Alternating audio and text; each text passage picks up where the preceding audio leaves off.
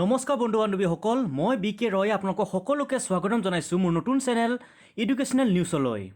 আজিৰ educational news চেনেলটোত মই আপোনালোকক দিব ওলাইছোঁ এটা বিশেষ খবৰ। এই বিশেষ খবৰটো আহিছে গুৱাহাটী ইউনিভাৰ্চিটিৰ পৰা। যিসকল ছাত্ৰ ছাত্ৰী গুৱাহাটী ইউনিভাৰ্চিটিৰ আণ্ডাৰত পঢ়ি আছে তেওঁলোকৰ বাবে আহিছে এইটো নটিফিকেশ্যন। গতিকে আপোনালোকক মই গোটেইখিনি প্ৰচেছ দেখাবলৈ বিচাৰিছোঁ। গতিকে প্ৰথমৰ পৰা শেষলৈকে ভিডিঅ'টো আপোনালোকে একেবাৰে কমপ্লিটলি চাব। বন্ধু বান্ধৱীসকল, প্ৰথমতে আপোনালোকে গুগলত মাৰিব লাগিব গুৱাহাটী ইউনিভাৰ্চিটি। মই অলৰেডি ইয়াতে মাৰি থৈছোঁ গুৱাহাটী ইউনিভাৰ্চিটি। মাৰাৰ পিছত আপোনালোকে অ'কে মাৰিব। অ'কে মাৰাৰ পিছত আপোনালোকৰ সন্মুখত এনেকুৱা এটা স্ক্ৰীন খুলি আহিব।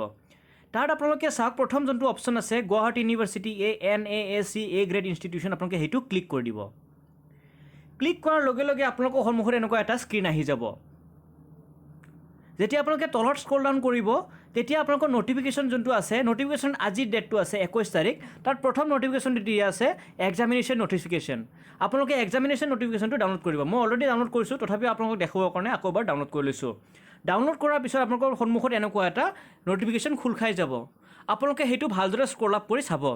এটা দিয়া আছে, this is to inform of all the concerned that pursuant upon the resolution of the meeting of all the deans of all faculties, registrar, secretary, university classes, controller of examination, chairman, web management committee chaired by the honorable vice chancellor GU held on 20th, মানে যোৱাকালি এটা meeting হৈছিল আৰু সেই মিটিঙত এই সকলোৱে আছিল। তাতে ইউনিভাৰ্চিটি ক্লাছেছ, কণ্ট্ৰলাৰ এক্সামিনেশ্যন সকলোবোৰ তাতে আছিলে আৰু তেওঁলোকৰ যোনটো ডিচিজন, সেই ডিচিজন মতে এইটো নটিফিকেশ্যন তেওঁলোকে প্ৰস্তুত কৰি উলিয়াইছে। গতিকে প্ৰথমটো আমাৰ ইয়াতে দিয়া আছে, চাওক, evacuation for promotion of intermediate, যোনটো ইভেন ছেমিষ্টাৰ, 4th ছেমিষ্টাৰ আৰু 2nd ছেমিষ্টাৰ UG আৰু 2nd ছেমিষ্টাৰ PG, তেওঁলোকৰ কাৰণে semester regular student of all the under graduate and post graduate কোৰ্চেছ will B carried out on the basis of internal assessment and mark obtain in previous semester examination.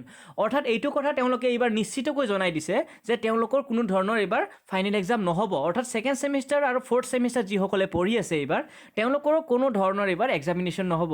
তেওঁলোকক promotion কৰি দিয়া হ'ব। যোনটো তেওঁলোকে আগতে exam দিছিলে তাৰ মাৰ্ক আৰু ইণ্টাৰনেল এছেছমেণ্ট যিখিনি দিছিলে তাৰ মাৰ্কৰ পৰা তেওঁলোকক প্ৰমোশ্যন কৰি দিব। গতিকে তেওঁলোকৰ কোনো ধৰণৰ এক্সাম নহ'ব, এইটো একেবাৰে ফিক্স কৰি জনাইছে। আৰু এটাই আছে, এতিয়া যোনকেইটা ফাইনেল ইয়াৰত আছে তেওঁলোকৰ কি হ'ব, এইটো এটা দিয়া আছে, for all courses of undergraduate and postgraduate final semester examination will be held preferably in the blended mode from 2nd week of September. এতিয়া যিসকলে ফাইনেল ছেমিষ্টাৰ দি আছে, যেনেকুৱা UGৰ 6th ছেমিষ্টাৰ আৰু PGৰ 4th ছেমিষ্টাৰ, তেওঁলোকৰ এক্সামিনেশ্যনবোৰ 2nd week of ছেপ্টেম্বৰৰ পৰা আৰম্ভ হ'ব আৰু সেইসকল এক্সামিনেশ্যন হ'ব গোটেইখিনি ব্লেণ্ডেড মোড। অৰ্থাৎ তেওঁলোকৰ পেন পেপাৰ হ'ব পাৰে, নাইবা তেওঁলোকৰ অনলাইন হৈ যাব পাৰে। গতিকে ব্লেণ্ডেড মোড, দুটা মোডো হৈ যাব পাৰে। ঠিক আছে। তাৰপিছত দিয়া আছে, a detail notification will be issued 3 week period to the date of examination by the controller of examination.